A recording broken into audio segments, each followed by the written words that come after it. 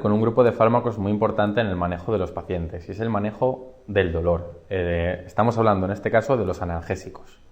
Dentro de los analgésicos podemos diferenciar dos grandes grupos. Uno es el de los analgésicos menores y otro el de los analgésicos mayores.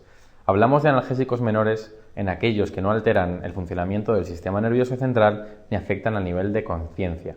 Por lo tanto, sacamos de este grupo a todos los opiáceos. Dentro de este grupo, los más importantes son los antiinflamatorios no esteroideos. El mecanismo de acción de estos fármacos consiste en la inhibición de la ciclooxigenasa, la COX, del ácido araquidónico, que es una enzima que se encarga de la síntesis de tres grandes productos metabólicos, que son la prostaglandina, los tromboxanos y la prostaciclina. Existen dos grupos de COX. Tenemos la COX-1 y la COX-2. La COX-1 es aquella que es responsable de los efectos fisiológicos de la inflamación, mientras que la COX-2 es una forma inducible y que predomina principalmente en el sistema nervioso central y en el estómago. Según un fármaco u otro, van a inhibir una COX o la otra. Principalmente tenemos tres cosas que puntualizar.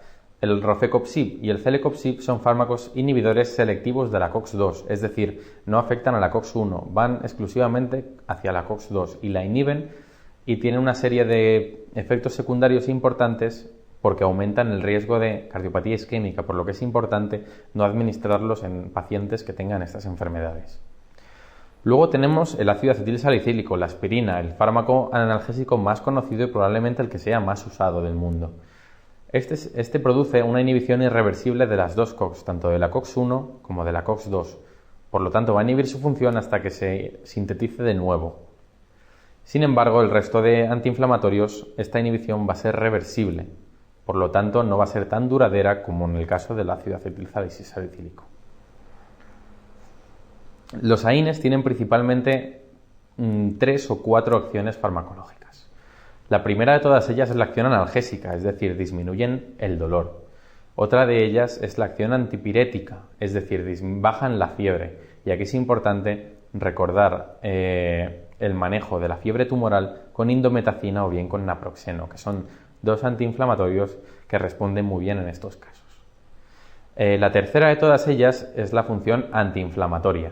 Y luego tenemos la acción antiagregante en el caso del ácido acetilsalicílico y la acción úrico-súrica en aquellas dosis elevadas de salicilatos, porque hay que recordar que si las dosis son bajas se disminuye la liberación de ácido úrico. La farmacocinética de estos fármacos es muy importante estudiarla. Se absorben bien por vía oral y son escasamente afectados por el primer paso hepático.